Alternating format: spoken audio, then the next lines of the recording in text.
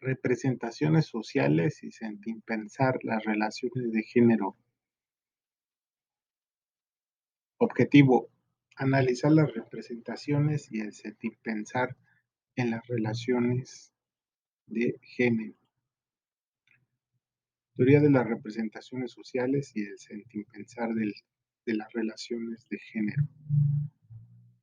La figura 1 muestra el proceso en el que se construyen las representaciones sociales.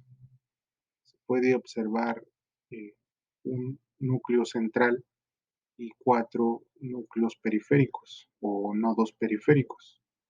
En el primer nodo está la objetivación, que es el proceso en el que la información es captada por las audiencias. Después tenemos el anclaje, en donde se genera una interpretación de la información. Enseguida, la naturalización, en donde apreciamos el posicionamiento discursivo de las audiencias. Un cuarto momento es el sentipensar, que es la comunicación holista e interactiva del conocimiento. Para arribar todas estas instancias, arriban a un núcleo figurativo, donde se habla de la perspectiva de género como una ideología en su historicidad.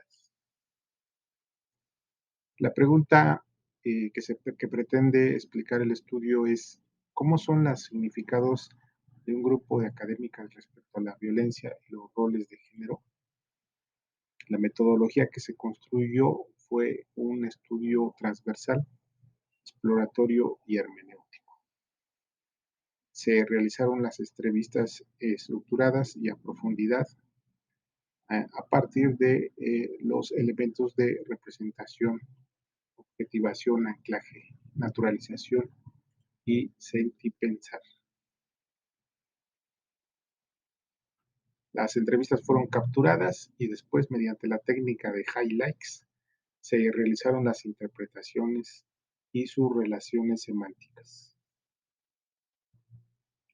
Aquí tenemos la representación de la violencia, tenemos la objetivación, información que llega de los medios de comunicación respecto a la violencia, anclaje, la interpretación que se da a esa información, naturalización, el proceso en el que se genera una posición respecto a la problemática, y el sentipensar, que es la integración holística de los anteriores procesos.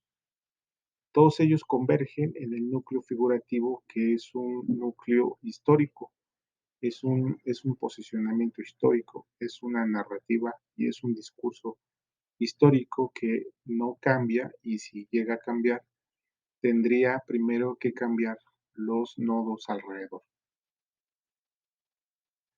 Los resultados muestran que prevalecen estos anclajes de doble discurso: el trabajo doméstico y remunerado, el rol dominante referido a la masculinidad, el rol conyugal, la sumisión, y el rol sexual de cosificación.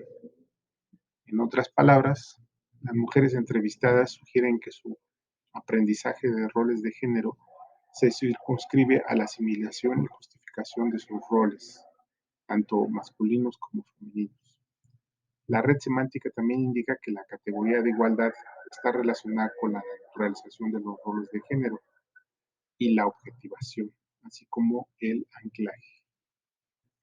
Aquí tenemos otra representación de los discursos y las narrativas. Es el mismo proceso de interpretación. Y aquí tenemos entonces como resultados que pueden establecerse relaciones entre el proceso de naturalización, la perspectiva, la violencia y los roles de género. Estas relaciones están circunscritas a una representación social respecto a la formación de género. En este sentido, la objetivación está asociada al anclaje y a la naturalización. Otro elemento más de representación. Y aquí la interpretación es que hay un reconocimiento por parte de las entrevistadas respecto a su rol asignado y respecto a la naturalización de ese rol de género. Además, la violencia no solamente pasa por ese mismo proceso de objetivación, anclaje, naturalización y sin pensar, sino que ese proceso de violencia está muy vinculado a los roles de género. Esto también está vinculado o asociado a la edad, a la perspectiva que se tiene respecto a la vivencia o a la experiencia de la violencia. Tenemos aquí la representación que corresponde a la interpretación. Bueno, nos vamos a la discusión. El aporte del estudio radica en transponer los significados de categorías como la edad, la igualdad, la libertad o la participación en las asimetrías de género.